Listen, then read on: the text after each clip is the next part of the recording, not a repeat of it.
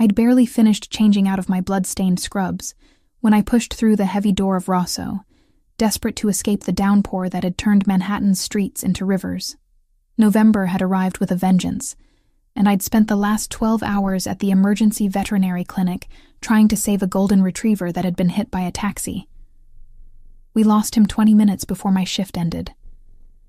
The jeans and sweater I'd pulled on felt wrong somehow, too normal for a night where nothing felt normal.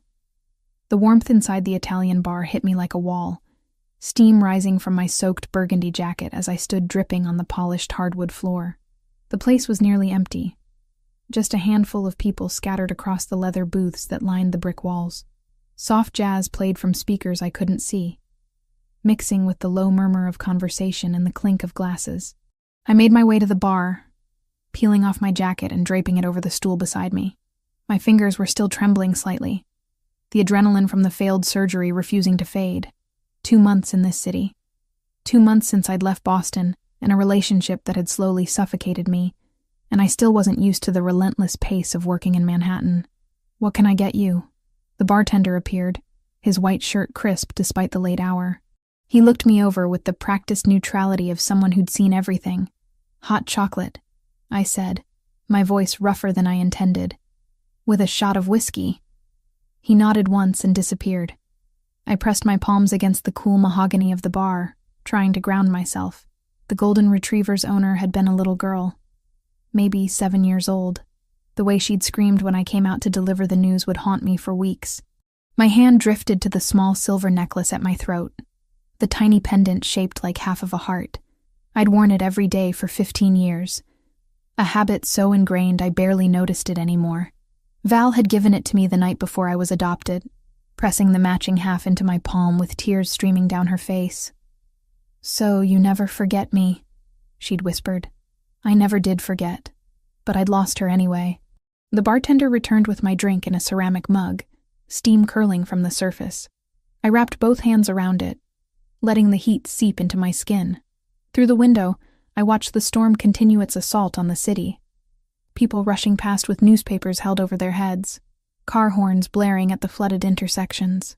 I was halfway through my drink when the atmosphere shifted. It wasn't dramatic, not at first, just a subtle change in the energy of the room, like the barometric pressure dropping before a tornado. The conversations at the nearby tables grew quieter. The bartender straightened, his casual demeanor replaced with something sharper, more alert. Then the door opened. 3 men entered, but only one commanded attention. He was tall, easily 6'3", with black hair swept back from a face that could have been carved from stone. Dark eyes, strong jaw, olive skin still holding summer's tan despite the winter chill. His charcoal suit fit him with the precision that came from custom tailoring, every line accentuating broad shoulders and a lean, powerful frame. But it wasn't his appearance that made my breath catch. It was the way everyone else reacted.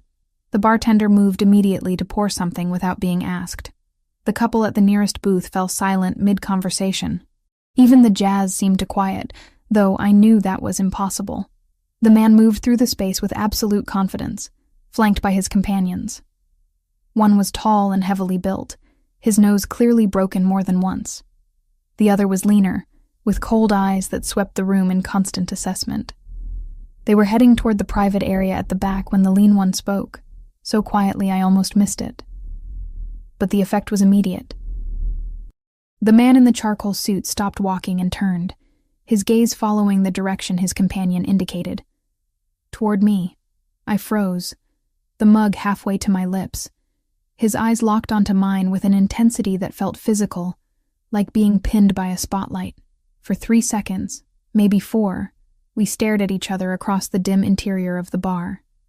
Then his gaze dropped, traveling down to where I'd pushed up the sleeves of my dark gray sweater, to my left forearm, to the scar. His expression changed so completely, it was like watching a mask shatter. The casual confidence vanished, replaced by something sharp and dangerous. He was moving before I could process what was happening, crossing the distance between us with startling speed. "Let me see your arm." His voice was deep, smooth, with the barest trace of an Italian accent threading through his words. "Excuse me?" I managed. setting down my mug with shaking hands. He didn't repeat himself. Instead, his hand shot out and gripped my wrist, not painfully but with unmistakable authority. He yanked my arm toward him, turning it so the inside of my forearm was exposed under the bar's lighting.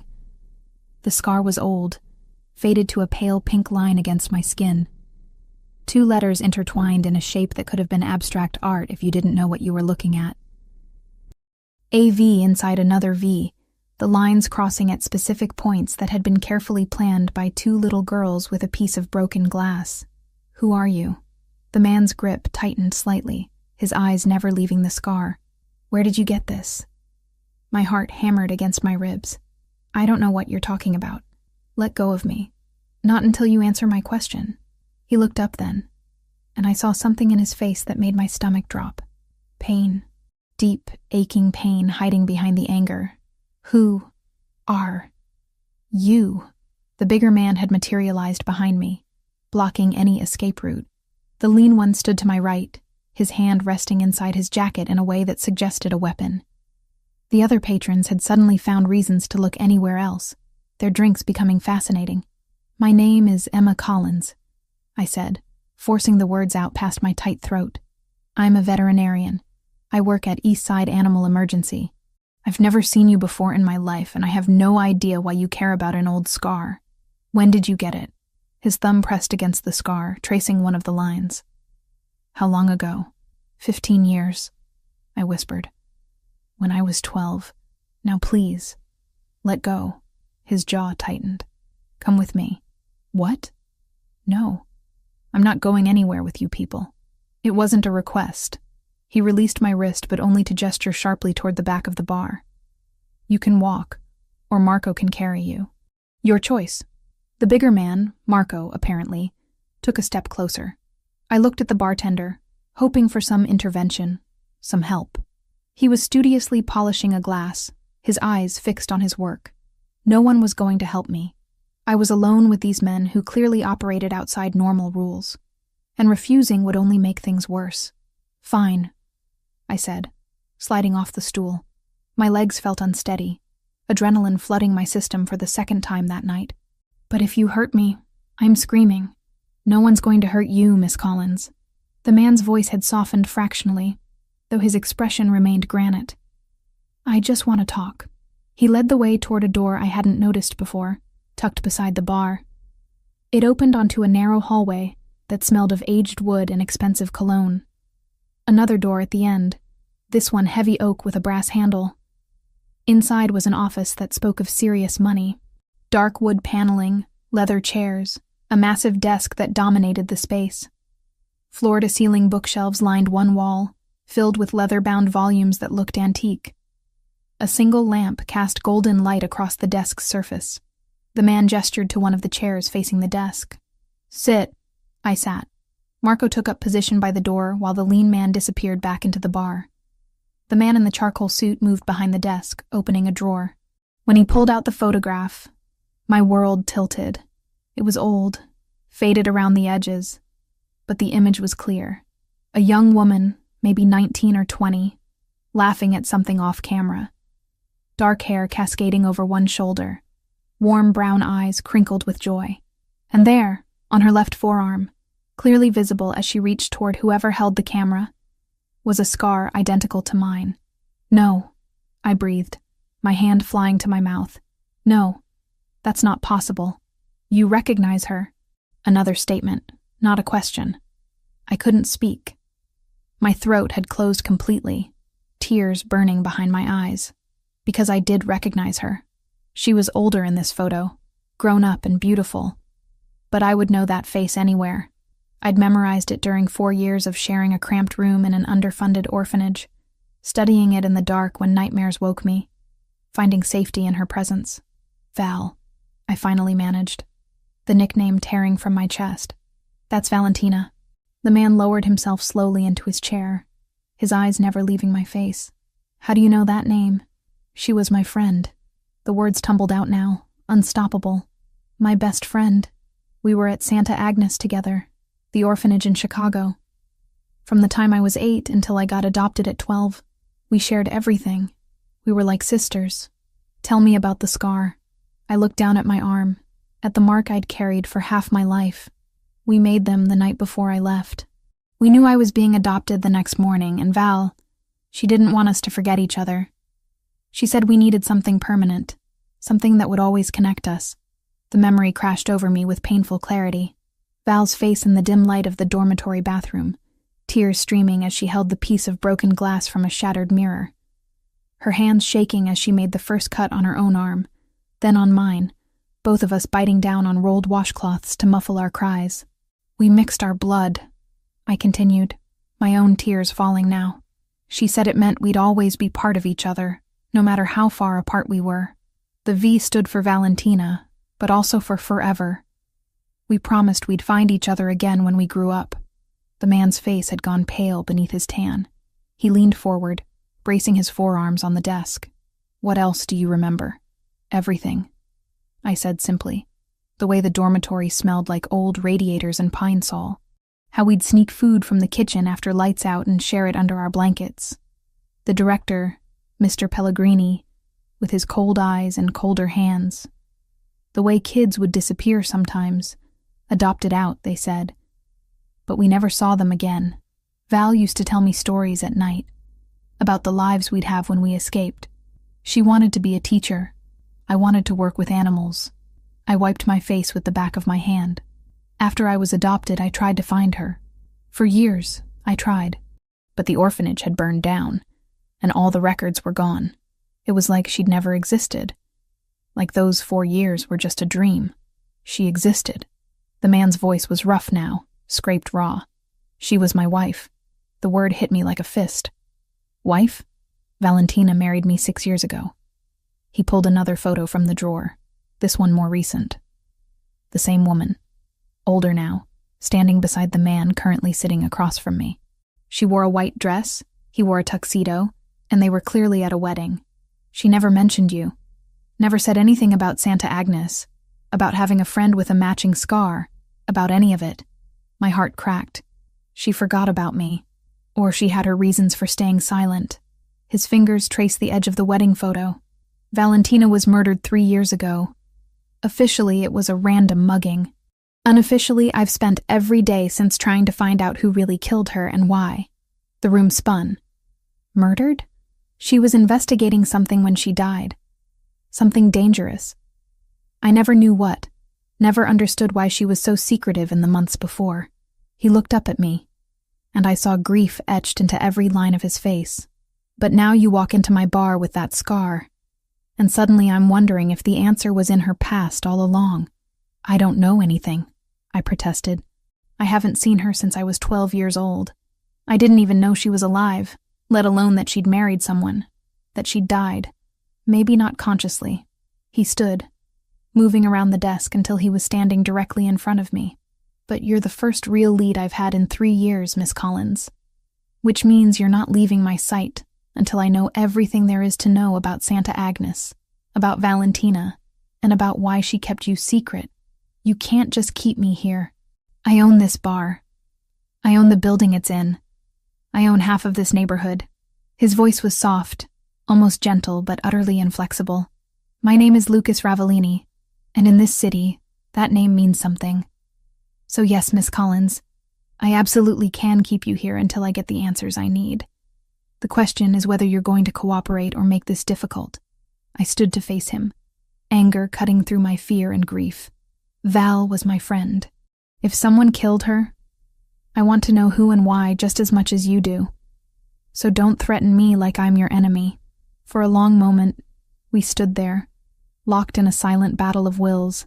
Then something shifted in his expression, a fractional softening around his eyes. You're right, he said finally. I apologize. This has been unexpected. For both of us. I touched the necklace at my throat again, drawing strength from it. What do you need from me? Everything you remember. Every detail about the orphanage, about Valentina, about what happened there. He returned to his chair, pulling out a legal pad and pen. And then we're going to figure out why my wife died, and make sure whoever's responsible pays for it. I sat back down, my wet clothes leaving damp patches on the leather. Outside, the storm continued to rage. But inside this office, a different kind of storm was beginning. One that had been brewing for 15 years, waiting for two old friends' paths to cross again, even if one of them was already dead. The apartment Lucas Ravellini provided wasn't a prison cell, but it might as well have been. Located on the 14th floor of a building I'd never noticed despite working blocks away, it had floor-to-ceiling windows overlooking the East River, hardwood floors that gleamed under recessed lighting, and furniture that screamed money in quiet, understated tones. A king bed dominated the bedroom, its white linens so crisp they looked almost hostile. The kitchen was stocked with food I hadn't chosen, the bathroom filled with toiletries still in their packaging. What it didn't have was freedom. I'd been here for 3 days, and Marco the bodyguard stood outside my door like a statue made of muscle and silence. When I tried to leave that first morning, he'd simply stepped in front of me, his expression apologetic but immovable. "Mr. Ravellini's orders, Miss Collins. You stay here until he's verified your story." So I stayed. What choice did I have? Call the police and tell them what, exactly? That a powerful man was keeping me in a luxury apartment while investigating his wife's murder. They'd laugh me out of the station, assuming they even believed me. Lucas Ravellini clearly had reach in this city, connections that went deeper than I wanted to contemplate. My phone was my only link to the outside world, and I'd used it constantly those first 2 days. Called my supervisor at the clinic. Fabricated a story about a family emergency in Boston. She'd been understanding, told me to take the time I needed. The relief in her voice suggested she thought I needed mental health days after losing the golden retriever, and I didn't correct her assumption. I also scrolled through every search result I could find about Valentina Ravellini. The articles from 3 years ago were sparse but consistent. Wife of prominent businessman Lucas Ravellini found dead in apparent mugging.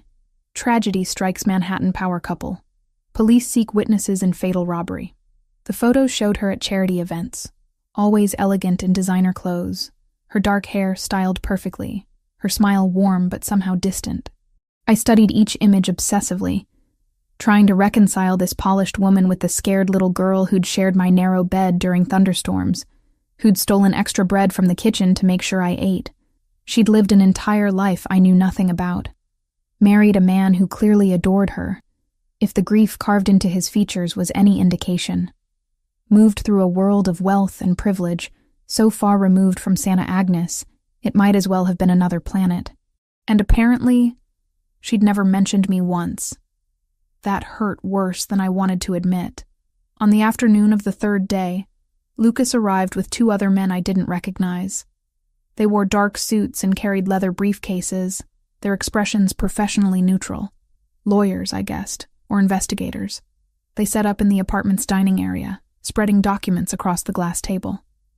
Lucas gestured me over without greeting. "I need you to verify some information." I sat, my jaw tight. "Good afternoon to you too." His eyes flicked to mine briefly. "I apologize." "Good afternoon, Miss Collins. Now please verify this information." The first document was my adoption record, somehow obtained despite privacy laws. I scanned it, recognizing my younger self's signature at the bottom, the careful loops I'd practiced for weeks before signing. Thomas and Patricia Collins, approved adoptive parents. Date of adoption, March 15th, the year I turned 12. "That's accurate," I said. "Tell me about them." "The Collins family." I leaned back in the chair, crossing my arms. They seemed nice at first. Patricia baked cookies. Thomas coached Little League. They had a house in Brookline with a backyard and a dog named Chester. They wanted a daughter to complete their perfect family picture. What went wrong? The question landed like a punch.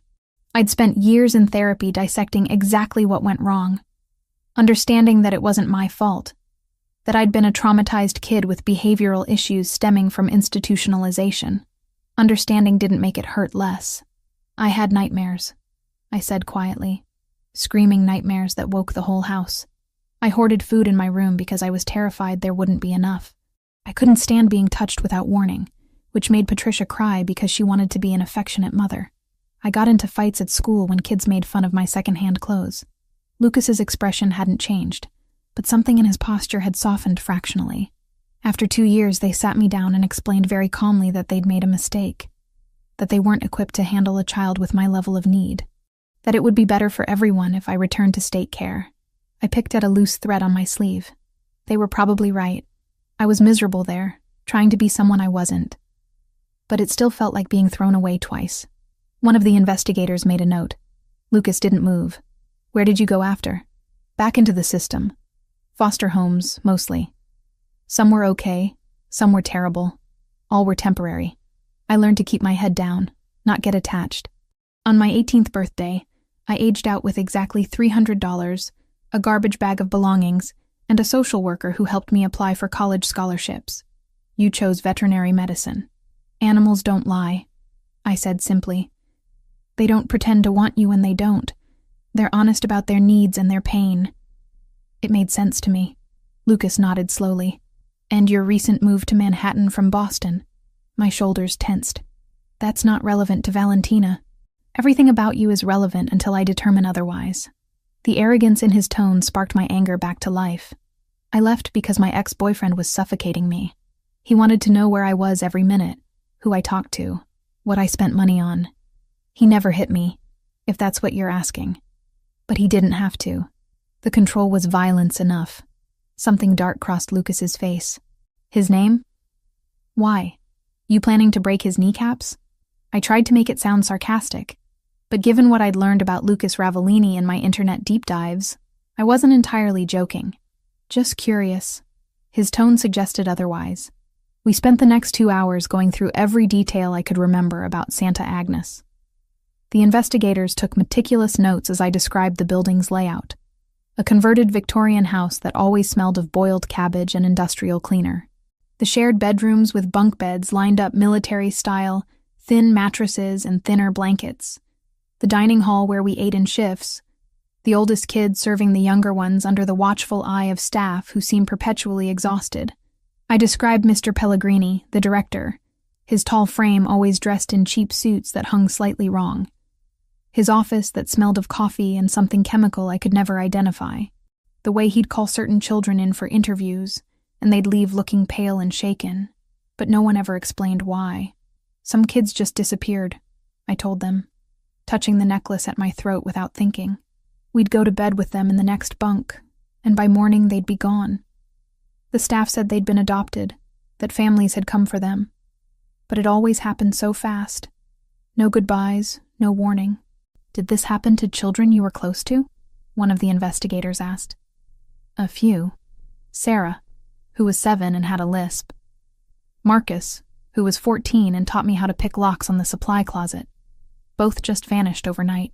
Val used to say they were lucky, that they'd gotten families. But she never sounded convinced. Lucas's pen had stopped moving. Did Valentina ever mention having siblings? Family members she'd been separated from? I shook my head. She said she didn't remember anything before the orphanage. She was placed there at 3 years old, she thought, but wasn't sure. The memories were too fuzzy. Did she ever seem like she was looking for someone? Trying to find out about her past? Not that I knew of. She was more focused on the future. She wanted to be a teacher, work with little kids. She was good at it too, always helping the younger children with their homework, reading to them before bed. My throat tightened. She would have been amazing at it. The room fell silent, except for the scratch of pens on paper. Through the windows, Manhattan's evening lights were beginning to bloom. The city transforming into something magical, despite all its grit and darkness. Finally, Lucas stood. Thank you for your cooperation, Miss Collins. The information you've provided has been helpful. So I can leave now? You can return to your apartment and your job, but you'll have protection. Protection or surveillance? Both. He gestured to one of the investigators. This is Joseph. He'll be your primary escort, along with a rotating team. They'll accompany you to work, to the grocery store, anywhere you go. I don't need a babysitter. You do if you want to stay alive. Lucas's voice had gone cold again. Valentina died investigating something connected to that orphanage. Now you show up with evidence linking you to her past, to a place she never mentioned existed. Whoever killed her might decide you're a loose end. The implications settled over me like ice water. I'd been so focused on the mystery, on the shock of finding Val again only to learn she was dead. that I hadn't considered I might be in actual danger. I didn't know anything, I protested. I haven't seen her in 15 years. How could I possibly be a threat? You know about Santa Agnes. You remember Pellegrini. You can identify the building, the staff, the other children. Lucas moved to stand directly in front of me. You're a witness to whatever was happening there, even if you don't realize it yet. My hands started shaking. I clasped them together in my lap, refusing to show more weakness than I already had. Then help me remember. Tell me what you know about Valentina's investigation. That's exactly what I intend to do. He pulled out his phone, typing something quickly.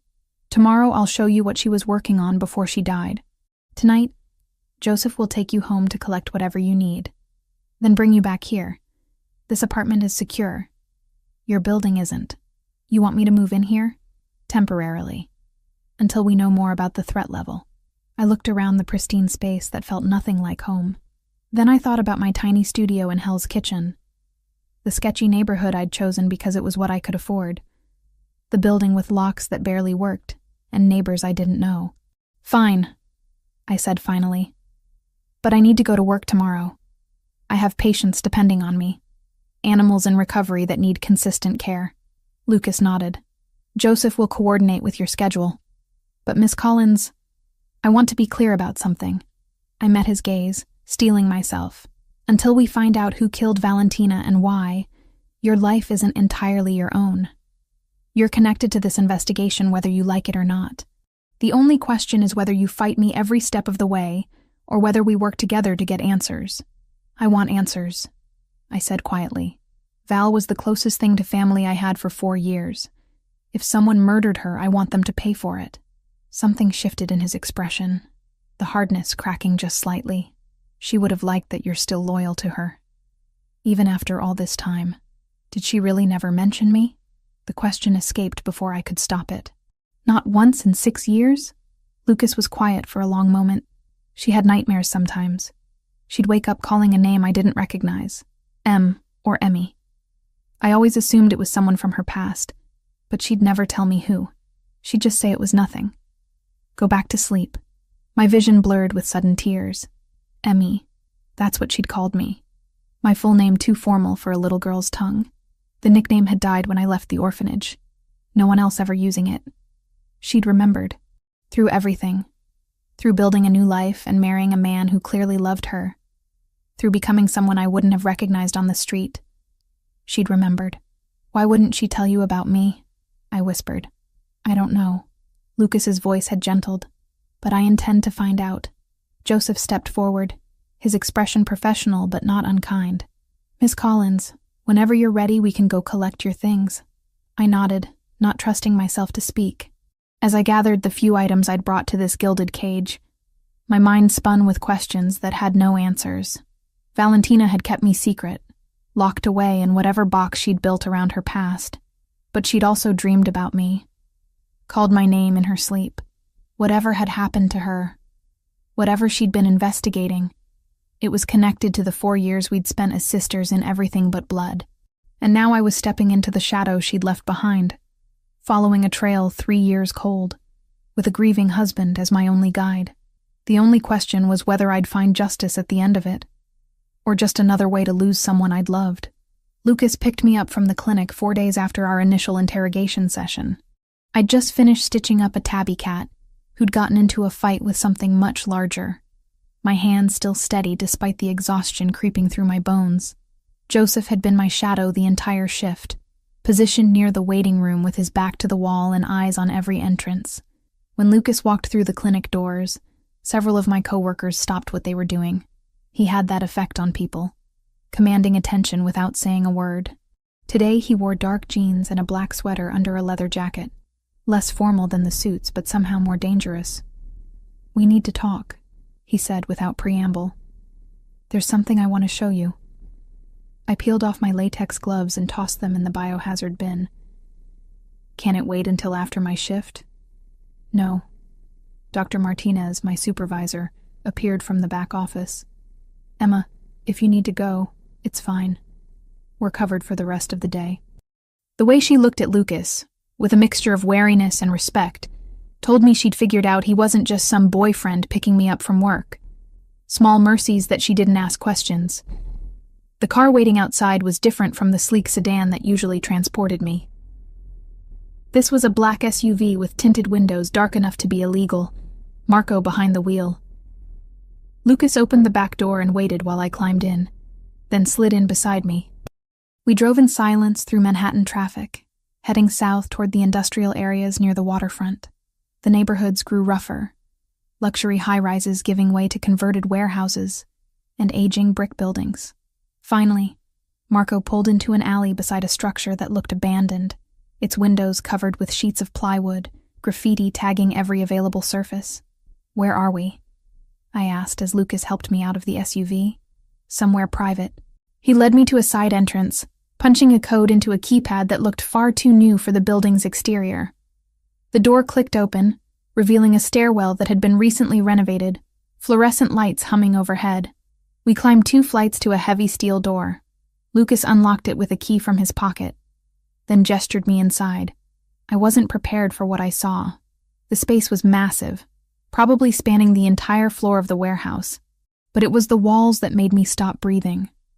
Every available surface was covered with papers, photographs, maps, documents connected by colored string in patterns that would have looked insane to anyone who didn't understand investigation boards. In the center of it all was Valentina's face. Dozens of photos of her, maybe hundreds, at charity events, leaving restaurants, shopping, laughing with friends. Candid shots that suggested surveillance rather than social media. And crime scene photos too, though Lucas had positioned those further back, less prominent, but still present. My stomach turned seeing her like that. The life gone from eyes that had once sparkled with mischief as we stole extra cookies from the kitchen. "This is what I've been doing for 3 years," Lucas said quietly, standing beside me. "Every waking moment I'm not handling business obligations. I'm here, trying to understand what happened to her." I moved closer to the nearest wall section. It was organized by timeline, starting from 6 months before Valentina's death. There were bank statements, credit card receipts, phone records. Every detail of her life documented with obsessive precision. "You tracked everything she did," I whispered. "After she died, yes. When the police closed the case as a random mugging, I knew they were wrong. Valentina was careful, aware of her surroundings. She wouldn't have walked into a dangerous situation unprepared." His voice carried the weight of endless sleepless nights. "So I started digging. Found things she'd been researching in secret, places she'd visited without telling me, people she'd contacted." He pointed to a section focused on financial records. "This is what led me to the truth. Valentina had been tracking money movements through a charitable organization called Hope Foundation. Legitimate on the surface. Donations going to children's services, foster care support, adoption assistance. But the numbers didn't add up.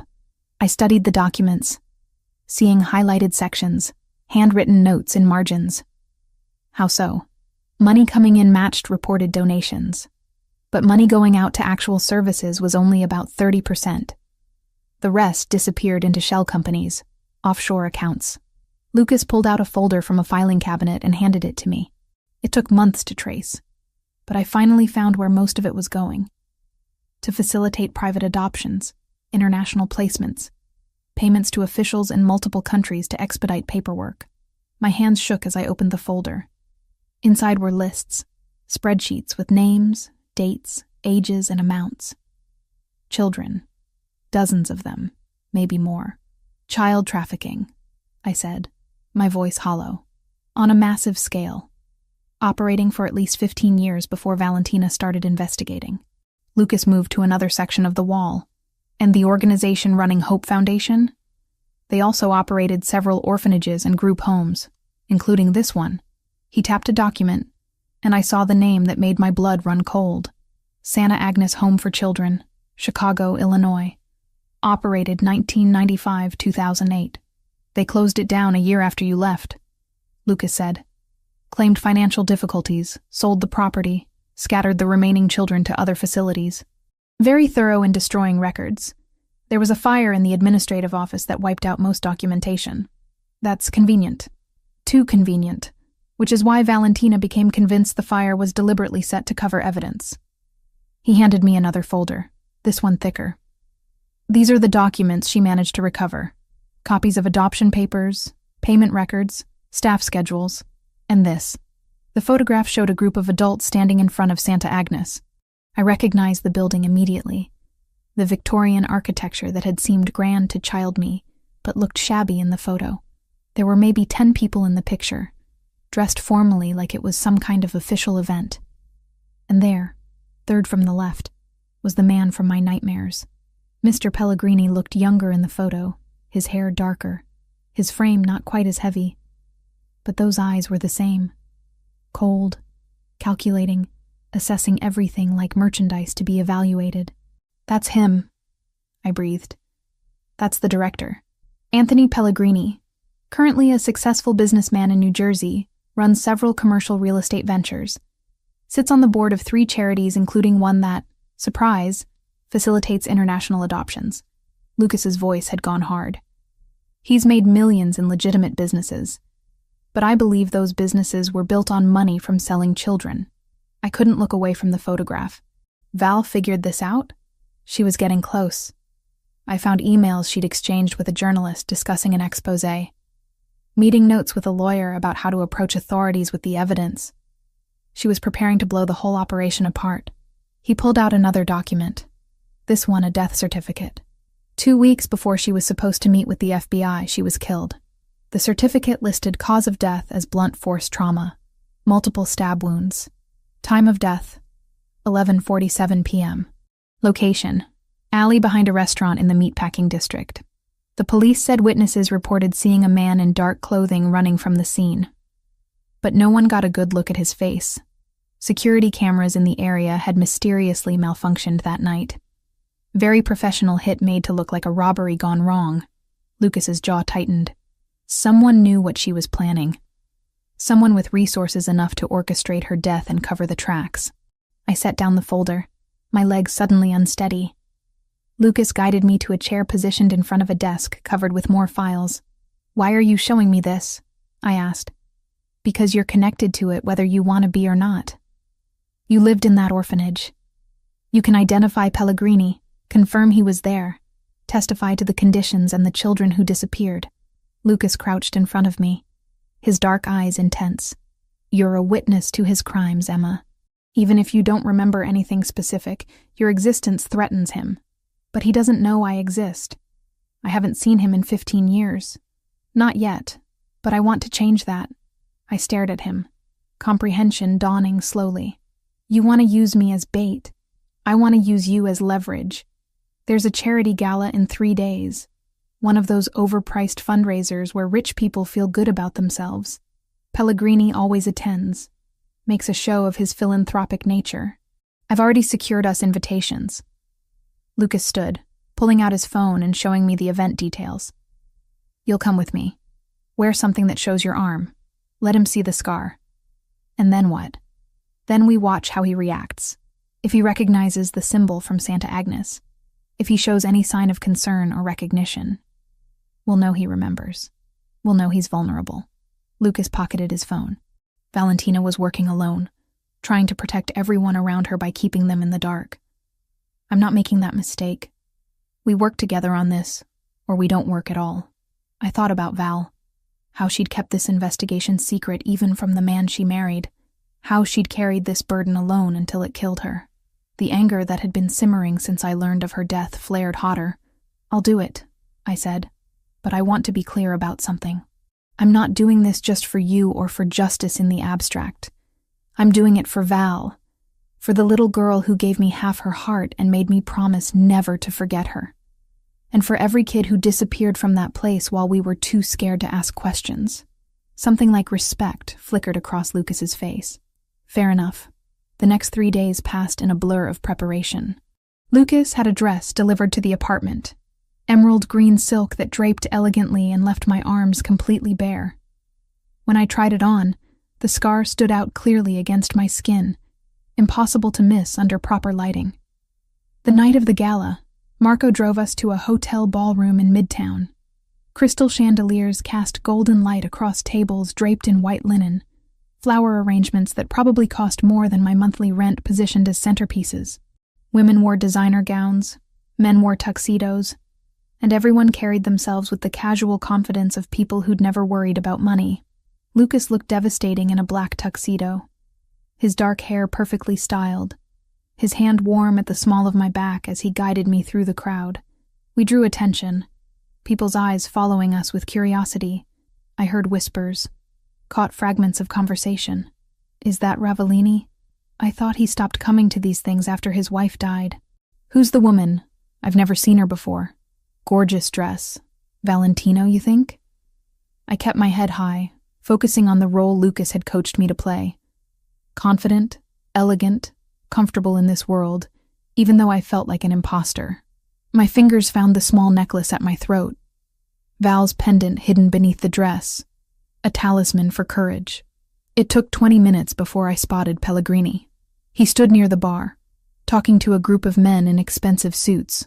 He'd aged considerably since the photograph, his hair completely gray now, his frame carrying more weight. But the eyes were the same, and when I saw them, my childhood fear came rushing back so strongly I almost stumbled. Lucas steadied me immediately. That's him? Yes, I managed. Then let's get his attention.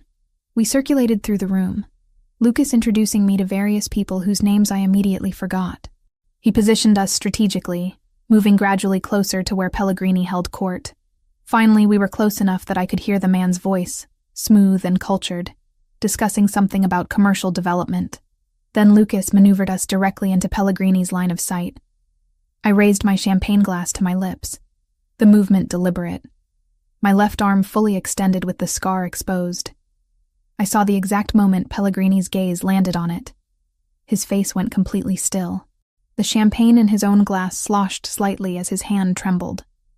He said something to his companions, excusing himself mid-conversation, and started walking toward us. My heart hammered against my ribs. Lucas's hand found the small of my back again, grounding me. "Excuse me," Pellegrini said, his voice carrying that false warmth I remembered too well.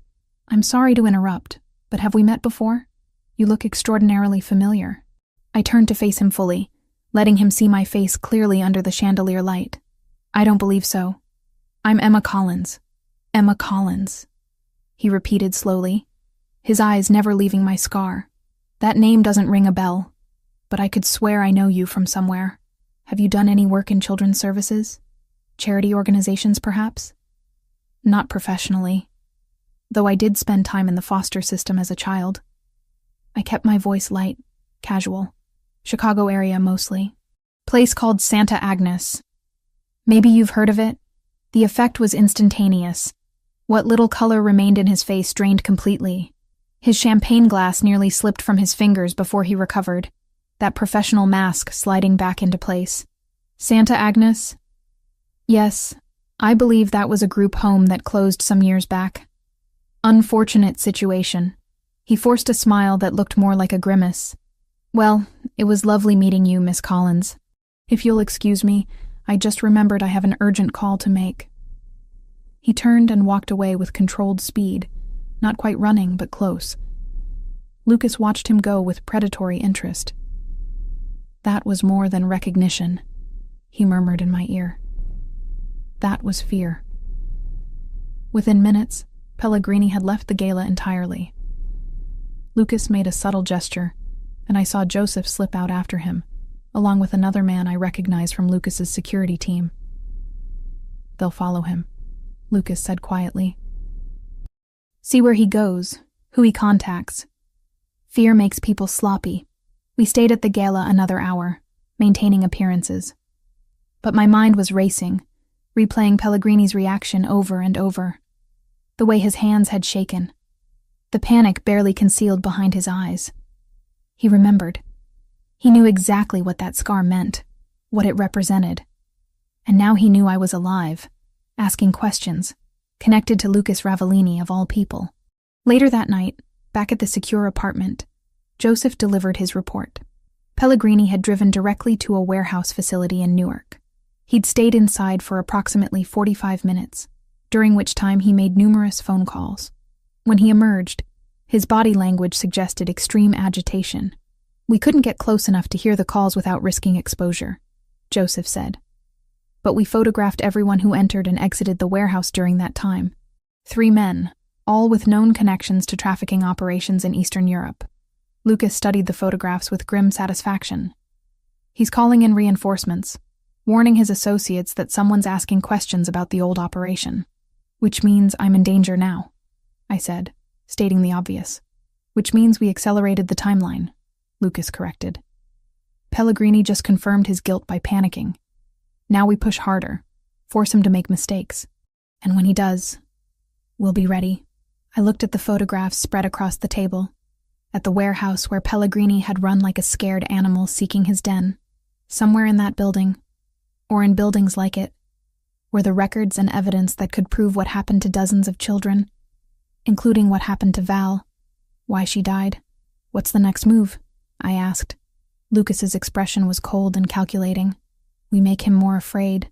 And we see what crawls out of the woodwork when a man like Anthony Pellegrini starts to panic." I touched Val's necklace through my dress, drawing strength from the small piece of silver that connected me to her.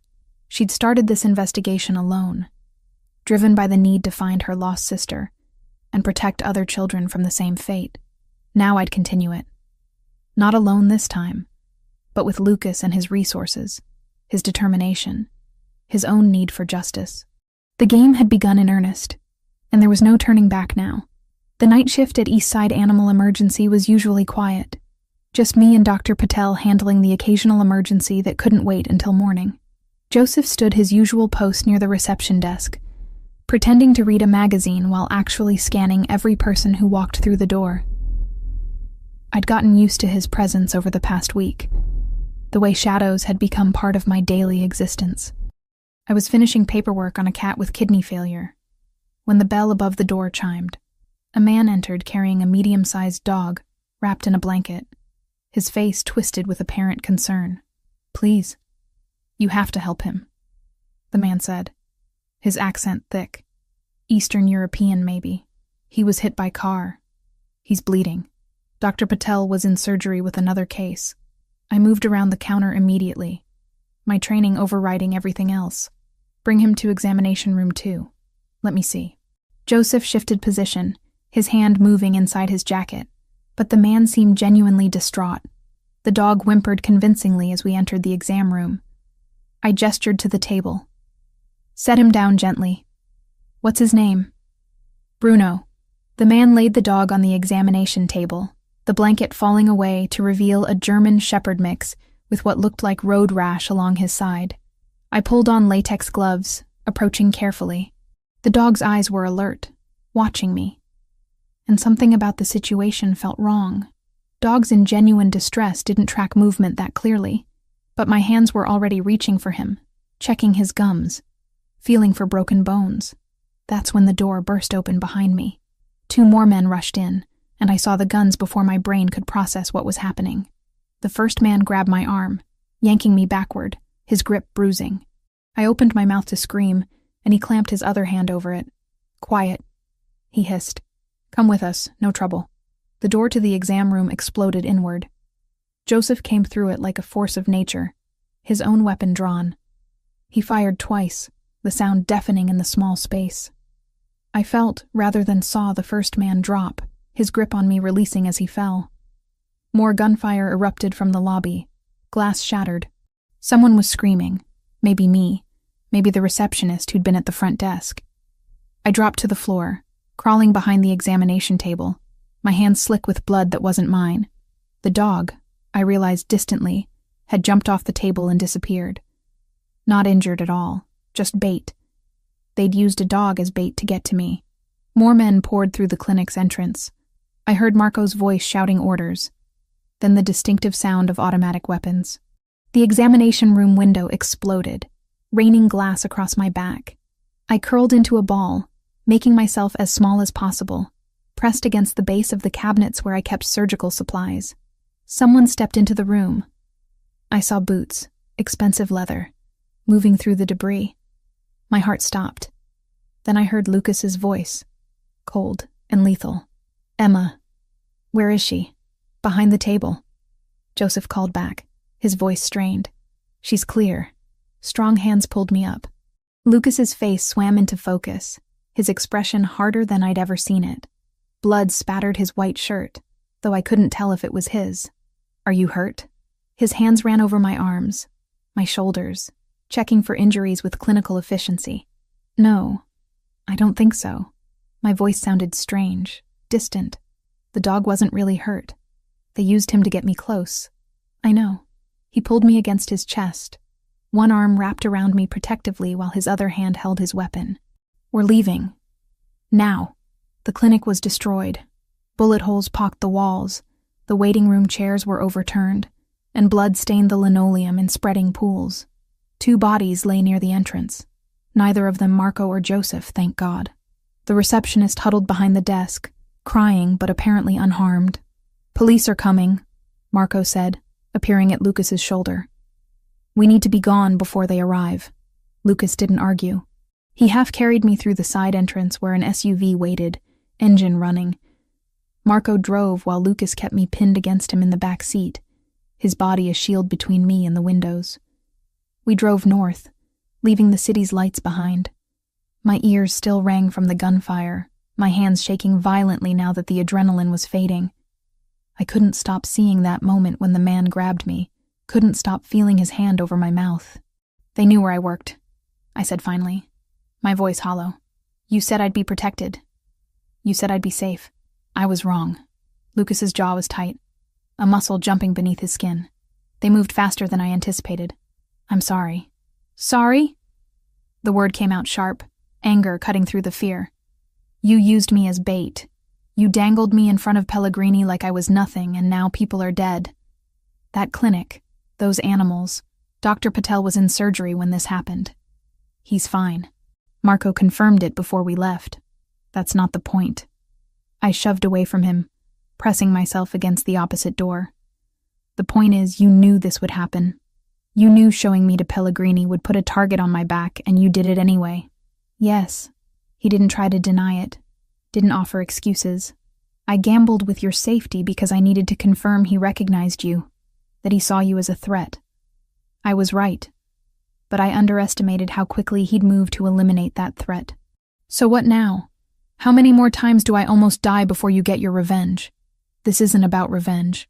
For the first time since I'd met him, Lucas's control cracked. This is about justice for a woman who died trying to protect children from monsters. This is about making sure the people who killed her can't hurt anyone else. And yes, I used you. I won't apologize for that, but I won't let them take you the way they took her. The vehemence in his voice startled me into silence. We drove for another hour, the city giving way to suburbs, then to rural darkness punctuated by occasional farmhouses. Finally, Marco turned down a private road marked only by a small stone pillar. The house appeared gradually through the trees, a sprawling structure of wood and stone that looked more like a lodge than a residence. Security lights illuminated the driveway, and I saw at least 3 other men positioned around the property perimeter. Lucas helped me out of the SUV, his hand gentle now where it had been commanding before. You'll be safe here. I own the property through several shell companies. No one outside my inner circle knows it exists. Inside, the house was warm and surprisingly comfortable. Wood beam ceilings soared overhead, a stone fireplace dominated one wall, and leather furniture was arranged to take advantage of the floor-to-ceiling windows overlooking a dark lake. Under different circumstances, it would have been beautiful. There are bedrooms upstairs, Lucas said. Choose whichever you like. You'll find clothes in the closets, all sizes. Bathroom is stocked.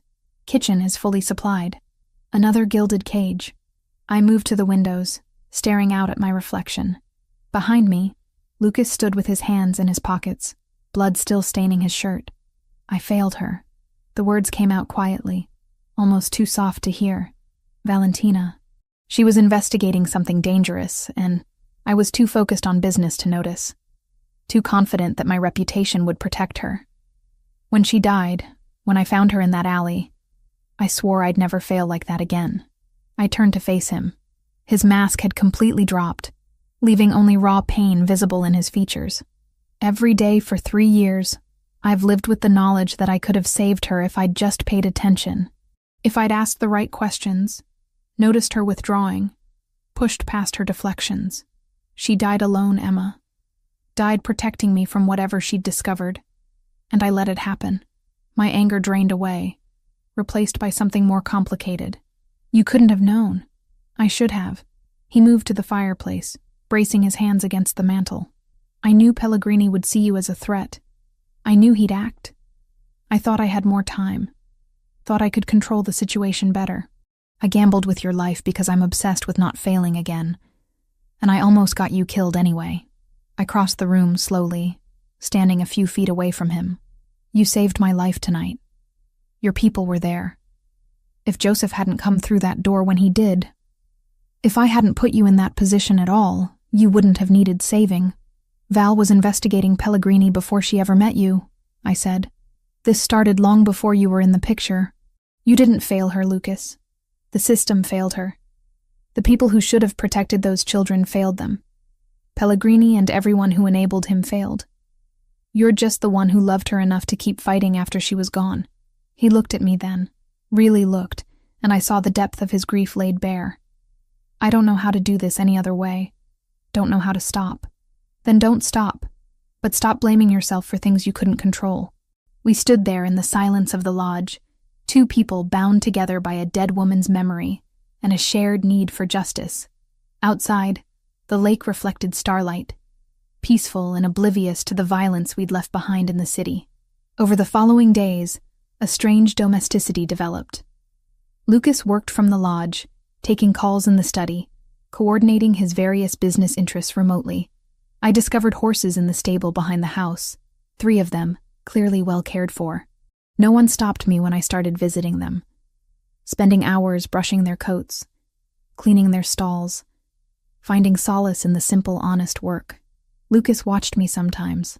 I'd look up from grooming one of the horses and see him standing at the window of his study, his expression unreadable. When I came back inside, he'd be on a phone call or reviewing documents. But the coffee waiting for me was always exactly how I liked it. Conversations happened in fragments. Over breakfast, I told him about veterinary school, how I'd worked 3 jobs to afford it even with scholarships.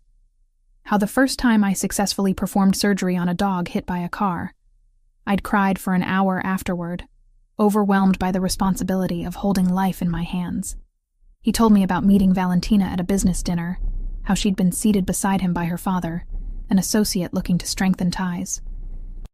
How she'd spent the entire meal asking him questions about legitimate aspects of his businesses, pointedly ignoring the unspoken understanding of what else he controlled. She wasn't impressed by power, Lucas said, his fingers tracing patterns on his coffee cup. She wanted to know what I actually did with it, whether I used it to help people or just to acquire more power. I'd never been asked that before. Most people either fear me or want something from me. She just wanted to understand me. When did you know you loved her? 3 months later.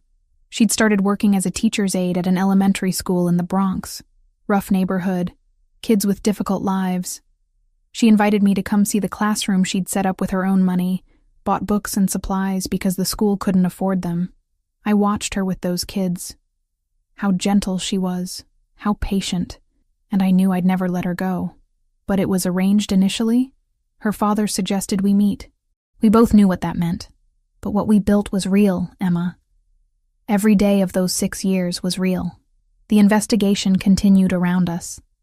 Lucas received constant updates from his people. Pellegrini had gone to ground after the failed attack on the clinic, his usual haunts abandoned, his phones disconnected. But he couldn't disappear completely, not someone with his business interests and public profile. On the 4th night, Lucas called me into his study. Documents covered every surface, his laptop showing what looked like banking records. My people found something. Valentina's lawyer, the one she consulted about bringing evidence to the FBI, kept copies of everything she gave him, including this. He turned the laptop toward me.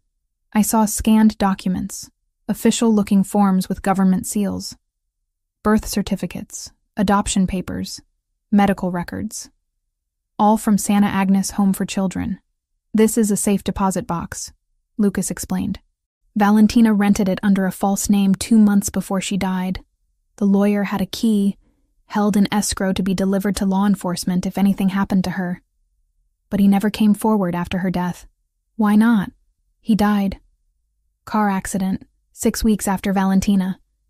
Officially ruled an accident, but the timing is suspicious. Lucas pulled up another file. His firm kept the box rental information in their files. It took my people this long to find it and get access to the bank records. What's in the box? I don't know yet, but according to the rental agreement, Valentina designated one person besides herself who could access it. He pulled up a document, and I saw my name.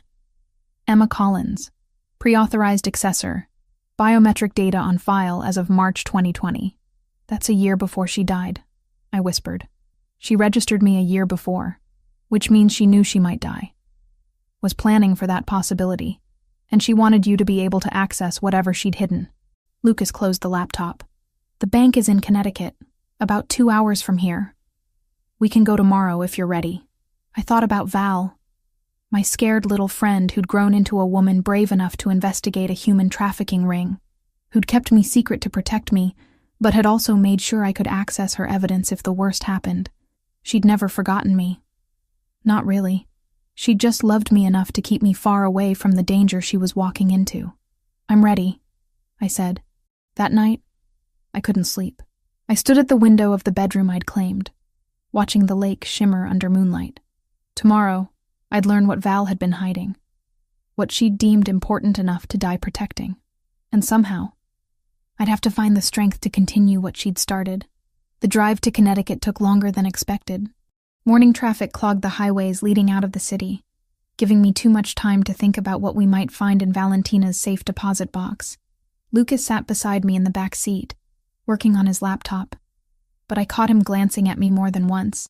The tension between us had shifted over the past week at the lodge. It wasn't just the shared purpose anymore, the mutual need for justice. Something else hummed beneath the surface, charged and dangerous in its own way. I'd catch myself watching him when he thought I wasn't looking, noticing details I had no business noticing. The way his jaw tightened when he was frustrated, how his voice softened when he spoke about Valentina, the careful way he moved around me, always aware of where I was, making sure I felt safe. It was becoming harder to remember that this man was dangerous, that his world was built on violence and control, even if he wielded those tools for what he believed were righteous reasons. You're quiet, Lucas said, closing his laptop. Nervous, I admitted. Whatever Val put in that box, she died to protect it. Then we'll make sure her sacrifice meant something. The bank was in a wealthy suburb, the kind of place where money whispered rather than shouted. Classical architecture, marble floors, and staff who moved with practiced discretion. Lucas gave them my name, and within minutes we were escorted to a private room lined with safe deposit boxes. The manager, an older woman with kind eyes, verified my identification against their records. You were registered as an authorized accessor in March of 2020, she confirmed. Box 447. Your biometric scan matches our files perfectly. My hand shook slightly as I placed my palm on the scanner. The system beeped, a green light flashed, and the manager retrieved a long metal box from the wall. She set it on the table between Lucas and me. I'll give you privacy, she said, excusing herself. For a long moment, neither of us moved. The box sat there, innocuous and terrifying. The last message from a woman who'd been murdered for what she knew. Do you want me to open it? Lucas asked quietly. No. I reached for the latch. This is from Val to me. I need to do it. Inside, nestled in protective cloth, was a laptop, several thumb drives, a stack of folders bound with rubber bands, and a silver necklace with a pendant identical to mine. I lifted it carefully, the chain sliding through my fingers. She kept hers, I whispered. All these years, she kept it. Lucas's expression softened in a way I'd never seen before. She never forgot you, Emma. That much is clear. I fastened the necklace around my neck beside my own, feeling the weight of both pendants resting against my collarbone. 2 halves of a heart, reunited after 15 years. The laptop powered on, and after a moment it prompted for a password. I stared at the blank field, my mind racing. What would Val have used? Something only someone from our past would know. Then it hit me. Our birthday.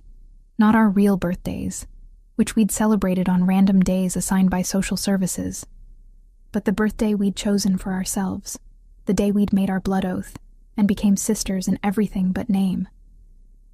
March 15th. I typed the date, holding my breath. The screen unlocked. "How did you know?" Lucas asked. It was our shared birthday. The day we became family. I navigated to the documents folder, finding files organized by year and category. She left everything. For the next hour, we poured through the evidence. Lists of children, some with photos attached. Sarah, age 7, lisp, sold to a family in Germany for $40,000. Marcus, age 14, good with mechanics, sent to a factory in Thailand. Dozens of names, dozens of children I'd known or heard about, all reduced to transactions with price tags. The financial records showed the full scope of the operation. Hope Foundation had facilitated over 200 illegal adoptions between 1995 and 2005, generating millions in revenue. The money had been laundered through various businesses, including several owned by organized crime families. "Look at this list of clients," Lucas said grimly, pointing to a spreadsheet. 3 judges, a state senator, 2 FBI agents, and at least 5 major crime figures, including members of the Albanian organization that's been trying to move into my territory for years. They all used Pellegrini's services, either for themselves or as a way to launder money. Child trafficking is lucrative, and it's harder to trace than drugs or weapons. His face had gone hard. This is why Valentina died. Too many powerful people with too much to lose. I clicked on a folder labeled Personal, Sophia. Inside were video files, dated from the last few months of Valentina's life. I opened the first one. Val's face filled the screen. Older than in my memories, but unmistakably her. Same dark eyes, same determined expression. "My name is Valentina Ravellini," she said to the camera. "If you're watching this, I'm probably dead. Emma, if it's you, I'm sorry. Sorry I never reached out. Sorry I kept you in the dark. But I needed you safe. And the only way to do that was to keep you far away from this investigation." Tears blurred my vision. Lucas's hand found mine under the table, his grip warm and steady. "I discovered something 6 months ago," Val continued on screen. "Records showing that I had a younger sister. Her name was Sophia. She was 3 years old when Child Services separated us. I don't remember her at all, but the documents don't lie. She was placed in Santa Agnes with me for 2 weeks. Then she disappeared from the system completely." She paused, wiping her own eyes. I traced her through Pellegrini's records. She was sold like merchandise to a family named Dubois in Lyon, France. She was 5 years old. They paid $50,000 for her. My God, I breathed. I've been trying to find her, to see if she's okay, if she knows what happened to her. But every step I take toward the truth makes this network more nervous. Lucas doesn't know about any of this. I can't tell him because his world is too connected to these people. If he tried to help, it would start a war. On screen, Val leaned closer to the camera. "Emma, if you're watching this, I need you to do something for me. Find Sophia.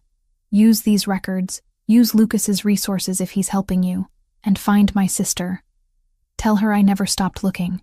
Tell her I loved her even though I didn't remember her." The video ended. I sat frozen, overwhelmed by the weight of Val's final request. "We'll find her," Lucas said quietly. "Sophia Dubois, Lyon, France. We'll find her. She's your sister-in-law," I realized. Family you never knew Valentina had, which makes her worth finding regardless of any dying wishes. He closed the laptop carefully. "But first, we need to copy all of this and get it somewhere secure. This evidence is worth killing for." We spent another hour photographing documents, copying files to encrypted drives Lucas had brought. The necklace and the laptop itself we took with us, along with the most crucial original documents. On the drive back, neither of us spoke much. I couldn't stop thinking about Sophia. about a little girl sold to strangers in a foreign country. Was she happy? Did she know she'd been trafficked? Did she have any idea her older sister had died trying to find her? When we arrived back at the lodge, it was late afternoon. The setting sun painted the lake in shades of gold and crimson. Lucas dismissed Marco and the other security, telling them to maintain perimeter checks, but give us space. Inside, I poured myself a glass of wine and stood at the windows, watching the light fade. Lucas joined me, his own glass in hand. "She was trying to save everyone," I said. "All those kids, including her sister. And she died before she could finish. Then we finish it for her." I turned to face him. "This is bigger than I understood. Politicians, judges, FBI agents. How do we fight that? Carefully, with evidence that can't be disputed and allies who can't be bought." He set down his glass. "I have contacts in federal law enforcement, people Valentina never knew about, people who owe me favors, and who have their own reasons to want Pellegrini's network destroyed. Why would they help you? You're not exactly law-abiding yourself." "No, but I have rules. Children are off-limits. Human trafficking is off-limits. There are lines even in my world that you don't cross." His voice carried steel beneath the calm. "Pellegrini crossed every line that matters. That makes him an enemy I'm willing to burn bridges to destroy." We stood there in the fading light, and I became acutely aware of how close he was. Close enough that I could see the fatigue around his eyes, the weight he carried trying to avenge a woman he'd loved. Close enough to smell his cologne, woodsy and warm. "Lucas," I started, not sure what I wanted to say. He lifted his hand slowly, giving me time to move away, and brushed a strand of hair from my face. His touch was gentle, at odds with everything I knew about him. "I know this isn't the right time," he said quietly. "I know you're grieving your friend, that you're scared and angry and confused. But Emma, you need to know that somewhere in all of this, you became more than just a connection to Valentina, more than just a witness or a source of information." My breath caught. "What are you saying?"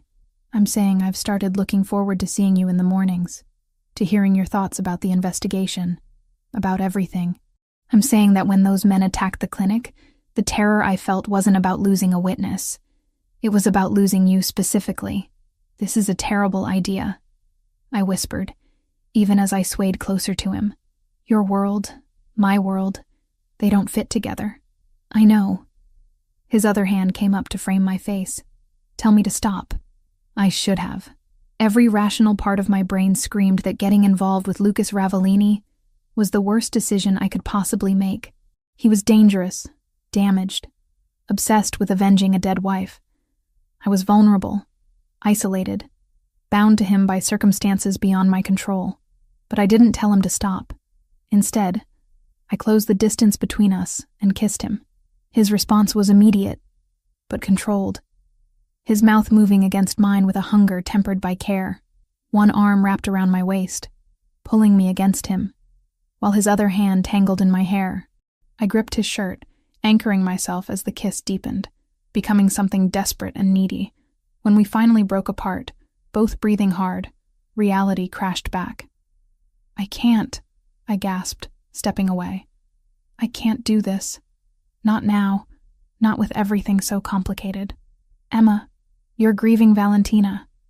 I'm grieving her too, and I'm scared, and I don't trust my own judgment right now." My hands shook as I pushed them through my hair. "If we do this, if we cross that line, there's no going back. And I need to know I'm making that choice clearly, not because I'm traumatized or lonely or caught up in the intensity of the situation." Lucas's jaw worked, but he nodded. "You're right. I'm sorry. That was selfish of me. It wasn't just you," I admitted. "I wanted it too. But wanting something doesn't make it right." I retreated to my bedroom, closing the door and leaning against it. My lips still tingled from the kiss. My body still hummed with awareness. But my mind knew the truth. Getting involved with Lucas meant accepting his world. All of it. The violence, the danger, the moral compromises. It meant choosing a path that had no clear destination. And I wasn't ready to make that choice. Not yet. Not until I understood what I was really choosing. The days after retrieving the evidence from Connecticut blurred together. I barely slept, spending every waking hour reviewing Valentina's files, searching for any scrap of information about Sophia. Lucas gave me space, working from the study while I commandeered the dining table, spreading documents across every available surface. The adoption records were buried deep in the files, hidden within a folder labeled Personal Research.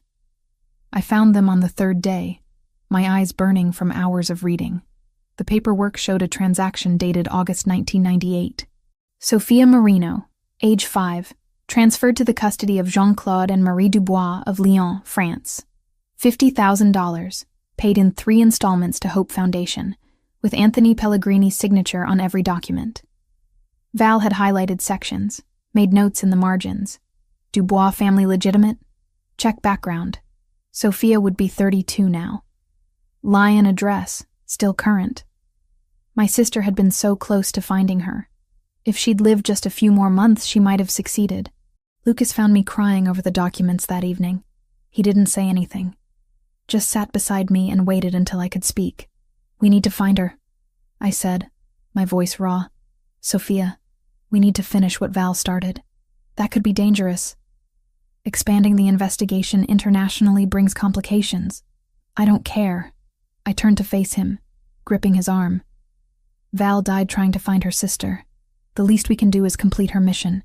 Don't you want to meet your sister-in-law? Don't you want to know if she's okay?" Something shifted in his expression. "You're right. I'll make some calls." Within hours, Lucas had mobilized contacts across Europe. His reach extended further than I'd imagined, connecting with people in France who could track down a 32-year-old woman with minimal information. It should have disturbed me how easily he commanded such resources. Instead, I felt grateful. While his investigators worked, the tension between us grew unbearable. We moved around each other carefully, maintaining physical distance while the air crackled with unspoken words. I'd catch him watching me from across a room, his expression unguarded for just a moment before he looked away. At night, I lay awake knowing he was one floor below, probably also unable to sleep. I was falling for him. The realization hit me during breakfast on the 5th day, watching him read through reports while absently pushing eggs around his plate. He'd barely eaten since we found the evidence, consumed by the same obsession that had driven Val. But unlike Val, he wasn't alone. He had me, whether he fully acknowledged it or not. The problem was admitting I was falling meant accepting everything that came with Lucas Ravellini. His world, his choices, his past and future. I'd spent years building walls around myself, protecting against the pain of abandonment and rejection. Letting him in meant demolishing those walls completely. A week after we'd started the search, Lucas's investigator called with results. We sat together in his study while he put the call on speaker. "Found her," the woman's accented voice announced. "Sophia Dubois, 32 years old, currently residing in Paris. She's an elementary school teacher at Saint-Michel Primary School in the 15th District. Never married, lives alone in a small apartment near the school. Background on the adoptive family?" Lucas asked. "Jean-Claude Dubois died in 2015 heart attack. Marie Dubois still alive, living in a care facility in Lyon with advanced Alzheimer's. They were legitimate professionals, no criminal record. By all accounts, they treated Sophia well. She visits her mother monthly." Relief washed through me. At least Val's sister had ended up in a loving home, despite the horrific circumstances of her adoption. "Does she know?" I asked. "About how she was adopted?" "Unknown. Her birth records list the Dubois as her biological parents. If she suspects anything, she's never pursued it officially." After the call ended, I turned to Lucas. "I need to go to Paris. I need to tell her in person. Emma, this isn't negotiable. Val left me that message specifically asking me to find Sophia and tell her the truth. I'm not doing that over a phone call or through an intermediary." I stood, pacing the study. "She deserves to know she had a sister who loved her, who died trying to find her." Lucas studied me for a long moment. "Then I'm coming with you. For security." "Fine." 2 days later, we landed in Paris. The city spread beneath us as we descended. Beautiful and ancient and completely overwhelming. I'd never been to Europe, never traveled much beyond the East Coast. Now I was about to shatter a woman's entire understanding of her own history. Lucas had arranged everything with his typical efficiency. A car waited at the airport, a hotel suite overlooking the Seine, contacts who confirmed Sophia's schedule and habits. She spent Saturday mornings at a cafe near her apartment, grading papers and reading. That's where I found her. The cafe was tucked into a quiet street in the 15th district, small tables spilling onto the sidewalk despite the November chill. I spotted Sophia immediately. She sat near the window, dark hair pulled into a casual bun, wearing a cream-colored sweater and jeans. Her face was partially obscured by the laptop in front of her, but when she looked up to take a sip of coffee, I saw Val in her features. The same warm brown eyes, the same shape to her mouth. My sister's sister. Lucas waited across the street, giving me space but close enough to intervene if needed. I approached her table slowly, my heart hammering. "Excuse me," I started carefully. "Are you Sophia Dubois?" She looked up, surprised. "Yes? Do I know you?" "No, but I need to talk to you about something important. May I sit?" Wariness crossed her face, but she gestured to the empty chair. "All right." I sat, placing the folder I'd brought on the table between us. Inside were photos of Valentina, documents from Santa Agnes, copies of the adoption papers, evidence carefully selected to tell a story without completely destroying her. "My name is Emma Collins. I know this is going to sound strange, but I knew your sister. Your biological sister, Valentina." Sophia's face went completely still. "I don't have a sister. I'm an only child. That's what you were told, but it's not true." I opened the folder, pulling out a photo of Valentina at age 4 or 5, standing in front of the orphanage. "This is Valentina Marino. She was your sister. You were both placed in Santa Agnes Home for Children in Chicago when you were very young. She was older, about 6. You were only 3. This is ridiculous." But Sophia's hands were shaking as she reached for the photo. "Who sent you? What kind of sick joke is this?" "It's not a joke. I wish it were." I pulled out the adoption papers next, the ones showing her sale to the Dubois family. "You were separated when you were 5. Your adoptive parents paid $50,000 through an organization that was trafficking children internationally. They may not have known it was illegal.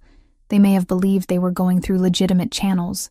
But the truth is, you were stolen from your sister and sold." Sophia stood abruptly, her chair scraping against the floor. "You're insane. I need you to leave. Please, just look at this." I pulled out my laptop, the one containing Valentina's videos. "Your sister spent the last months of her life trying to find you. She was murdered 3 years ago because of it.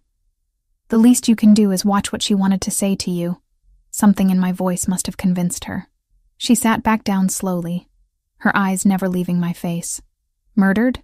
Yes, by the people running the trafficking operation. She got too close to the truth." I turned the laptop toward her and pressed play on the video file labeled, "For Sophia." Val's face filled the screen. Sophia gasped, one hand flying to her mouth. "My name is Valentina Marino," Val said from the recording. "If you're watching this, then you're my sister Sophia, and someone finally found you. I'm so sorry it took so long. I'm so sorry I couldn't find you myself." Tears streamed down Sophia's face as Val continued, describing fragmented memories of a baby sister. A toddler who laughed constantly. A little girl taken away in the middle of the night while Valentina screamed and fought the adults holding her back. "I never forgot you," Val said. "Even when I couldn't remember your face, I knew something was missing. Someone was missing. And when I found the records, when I learned what happened to us both, I promised myself I'd bring you home." The video ended. Sophia sat frozen, tears dripping onto the table. She was married. I continued quietly. "To a man named Lucas Ravellini. She was happy, as far as I know. She became the kind of person who fought for children who couldn't fight for themselves. And she never stopped looking for you. Why didn't she find me?" Sophia's voice broke. "If she was looking, why didn't she find me before she died? Because she ran out of time. Because the people she was investigating killed her before she could finish." I pulled out the letter, the handwritten pages Val had sealed in an envelope marked, "For my sister. She wrote this for you, in case she died before she could meet you." Sophia took the letter with trembling hands.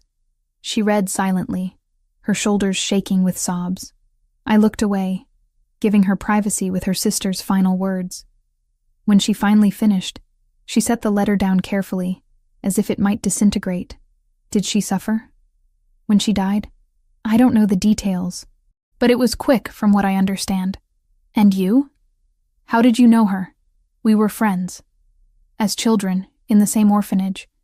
We lost touch when I was adopted, but we made a promise to never forget each other. I touched the necklace at my throat, both pendants visible. She kept hers. Even after all those years, she kept it. Sophia reached out, her fingers brushing the silver. She really loved me. I can feel it in her words.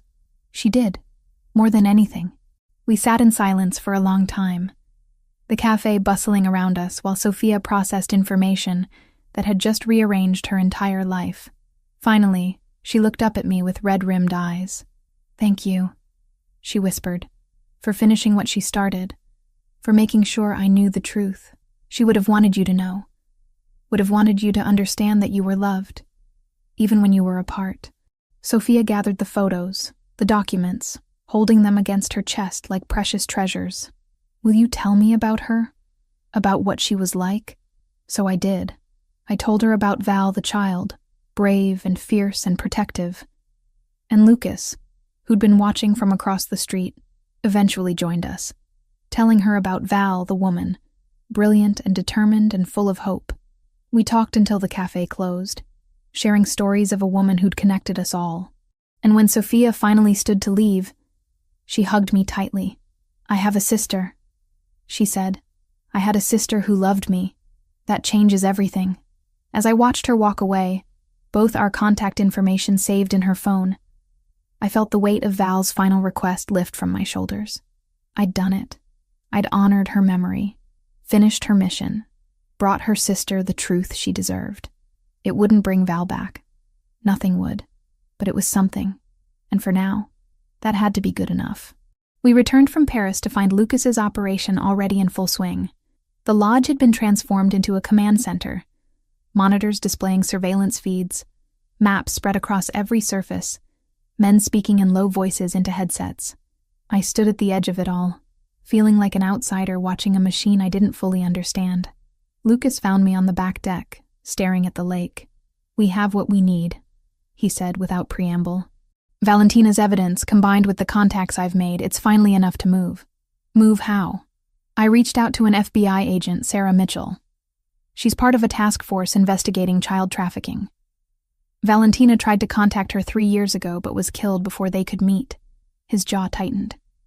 Mitchell confirmed the FBI has been building a case against Pellegrini for years, but never had concrete evidence. Now we do. Over the next 48 hours, I watched Lucas orchestrate something that looked more like a military operation than law enforcement. He coordinated with Agent Mitchell, sharing Valentina's files while keeping his own involvement carefully legal.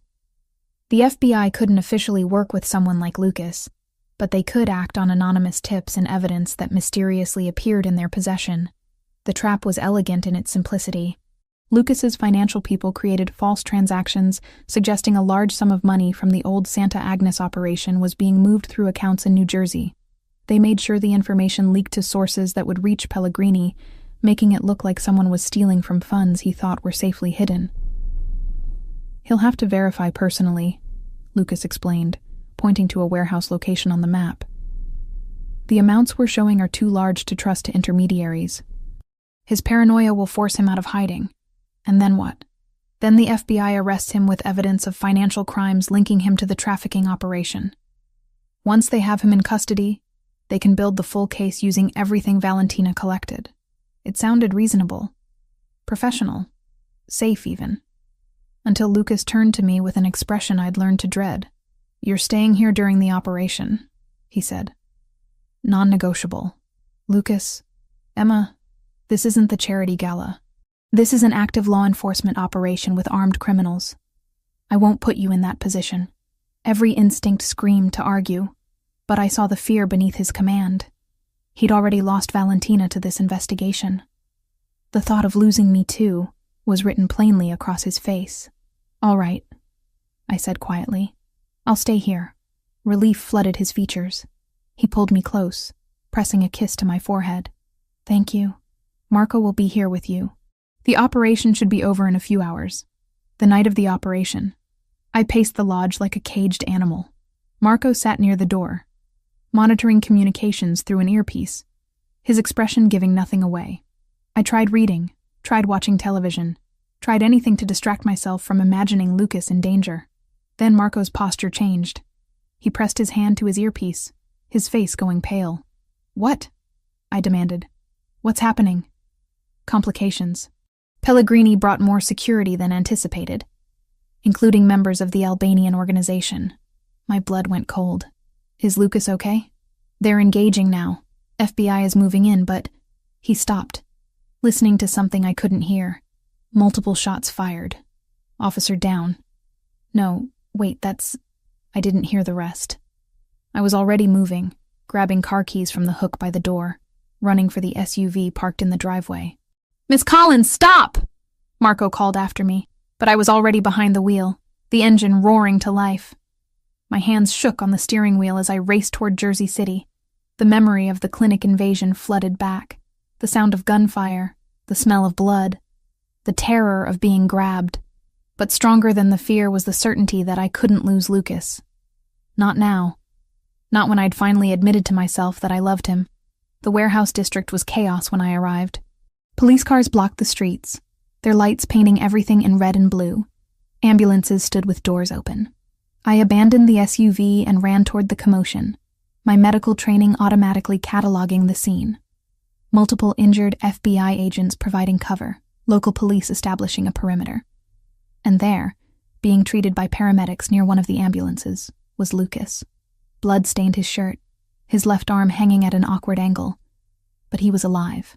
He was arguing with the paramedic trying to examine him, his attention fixed on the warehouse where FBI agents were leading out suspects in handcuffs. Lucas! I shouted, pushing past an officer trying to stop me.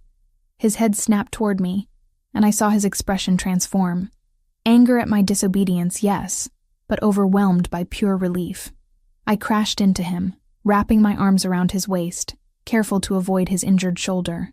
You're an idiot, he growled into my hair. I told you to stay at the lodge. I know. I'm sorry. I saw the news report about shots fired and I just couldn't sit there not knowing if you were alive. Tears streamed down my face. I can't lose you, Lucas. I can't. His good arm tightened around me. I'm okay. It's just a flesh wound. The operation was successful. I pulled back enough to see his face. What happened? Pellegrini showed up with 8 men, including 3 from the Albanian organization. They were protecting their investment. We knew there'd be resistance, but not that level. He gestured toward the warehouse. Firefight lasted about 10 minutes. FBI moved in as planned. We got Pellegrini and 7 of his people. 1 Albanian got away, but we'll find him. Agent Mitchell approached, a woman in her 40s with sharp eyes and an FBI windbreaker. Mr. Ravellini, I need to be very clear about something. Officially, you weren't here tonight. Officially, an anonymous tip led us to this location where we discovered Anthony Pellegrini engaged in illegal activity. Understood, Agent Mitchell. Lucas's voice carried respect. I'm just a concerned citizen who happened to be in the wrong place at the wrong time. She nodded, then looked at me. You must be Emma Collins. The evidence your friend Valentina collected is going to put away a lot of very bad people.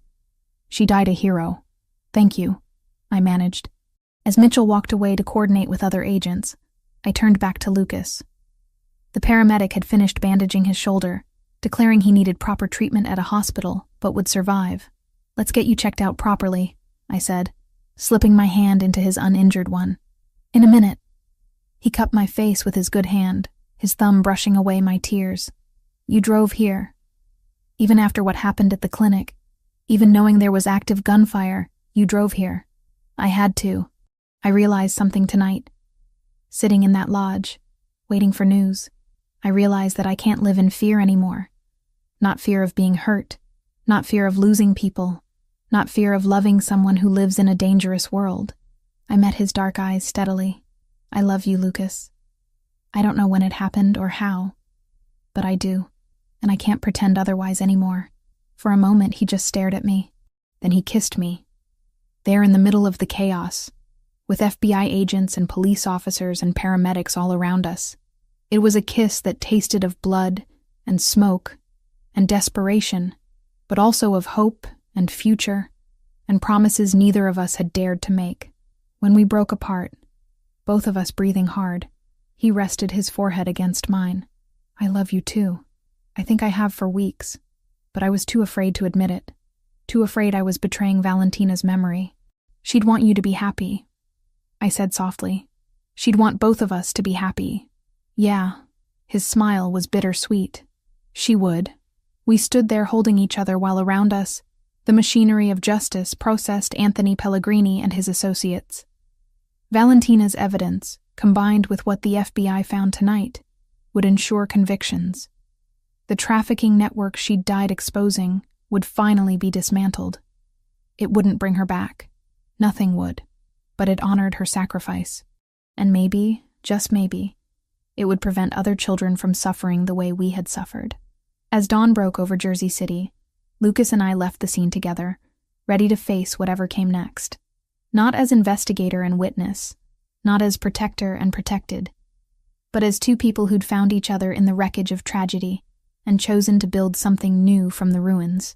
4 months had passed since the night Anthony Pellegrini was arrested in that Jersey City warehouse. 4 months of trials, testimonies, and headlines that dominated the news cycle. The trafficking network Val had died exposing was finally being dismantled piece by piece. 47 arrests across 3 countries, with more indictments coming daily. I stood in the doorway of my new veterinary clinic, watching the morning sun paint Manhattan's streets gold. The sign above read, "Second Chances Animal Care," in simple lettering, and through the windows, I could see the examination rooms I'd spent weeks designing, the surgical suite equipped with everything I'd ever dreamed of having, the recovery area where animals could heal in comfort and safety. Lucas had insisted on financing it, but the clinic was registered solely in my name. My business, my rules, my independence maintained even as our lives became increasingly intertwined. "You're here early." His voice came from behind me, warm and familiar. I turned to find him carrying 2 coffee cups, his suit jacket slung over one arm despite the hour. He'd clearly come straight from his apartment in the city, the one he'd kept separate from mine at my insistence. "Couldn't sleep," I admitted, taking the coffee he offered. "First day jitters. You'll be brilliant." He kissed my temple, a gesture that had become natural over the past months. "Though I'm surprised you're not more focused on the other meeting today. The foundation. Hope renewed, we'd called it. Using money recovered from Pellegrini's seized assets combined with Lucas's own considerable contribution. The mission was simple, but crucial. Helping victims of child trafficking reconnect with biological families when possible. Providing therapy and resources when reunion wasn't feasible. I'd thrown myself into the work with the same intensity I brought to veterinary medicine. Maybe it was guilt over all the children I hadn't saved as a kid. Or maybe it was honoring Val's memory. Probably both. "Agent Mitchell confirmed the latest case this morning," I said, pulling out my phone to show Lucas the email. "A woman in Oregon, 28 years old now, trafficked from Santa Agnes in 2001. We found her mother living in Chicago. They're meeting next week. That makes 12 reunifications." Pride colored his voice. "Valentina would be proud of what you've built." "What we've built," I corrected, slipping my hand into his. "I couldn't have done any of this without your resources, your connections, your support. Over the past months, I'd learned to accept help without feeling like I was losing myself. Lucas had learned to offer support without controlling. It was a delicate balance, one we navigated through honest conversations and firm boundaries that I'd established early. I kept my own apartment in Queens, modest compared to his penthouse but entirely mine. I maintained my own bank accounts, my own career path, my own social circle separate from his world. We had dinner together most nights, spent weekends at the lodge when we needed peace. But I never moved into his space completely. It was the only way I could love him without losing myself in the process. "I have something for you," Lucas said, pulling a small envelope from his jacket pocket. Sophia sent it. Val's sister had stayed in Paris, but we'd remained close, exchanging weekly emails and video calls. She'd visited once, spending a week in New York meeting Lucas properly, sharing stories about the sister she'd never known. The connection we'd formed felt precious, a living link to Valentina. I opened the envelope to find a photo. Sophia standing beside an older woman in a care facility, both smiling at the camera. On the back, she'd written, "Mom had a lucid day. I told her about Valentina, about you both. She said she's sorry for what happened, that they didn't know. I believe her. Thank you for giving me my sister's memory." Tears pricked my eyes. Marie Dubois, Sophia's adoptive mother, probably hadn't known the adoption was illegal. Many of Pellegrini's clients hadn't, believing they were going through legitimate channels. It didn't excuse what happened, but it complicated the narrative in ways that felt important to acknowledge. "She looks happy," Lucas observed, reading over my shoulder. "She is. And she's healing. That's what matters." We stood together in the early morning quiet. Two people who'd found each other through tragedy and chosen to build something meaningful from the wreckage. Lucas had started therapy 2 months ago, finally confronting the guilt and grief he'd carried since Valentina's death. I went with him sometimes, working through my own childhood trauma, my abandonment issues, my fear of losing people I loved. It wasn't easy. Some days the weight of everything felt crushing. But we carried it together, and that made all the difference. "Come on," I said, finishing my coffee. "We have somewhere to be before the clinic opens." Lucas understood immediately. We drove to the cemetery in Queens, the small plot where Valentina was buried beneath a simple headstone. I'd visited once before, right after returning from Paris, but this time felt different. This time, I wasn't coming to report on a mission completed. I was coming to share a life transformed. The morning was cold but clear, autumn leaves carpeting the ground in shades of rust and gold. I knelt beside the grave, placing the white lilies I'd brought, Val's favorite flower that I'd learned about from Lucas's stories. "Hey, Val," I said softly. "It's Emma. I brought Lucas with me this time. We have some things to tell you." Lucas crouched beside me, his hand finding mine. Together, we told her about Sophia, about the reunion that had meant everything, about the foundation helping other children, 12 reunifications with more coming, about the clinic opening today, dedicated to healing creatures who couldn't heal themselves, the way Val had tried to heal broken children.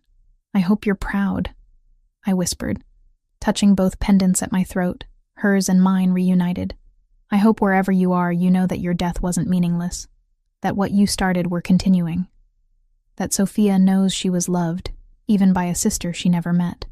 Lucas was quiet for a long moment, then spoke directly to the headstone. "I'm sorry I didn't see what you were doing. Sorry I wasn't there when you needed me most.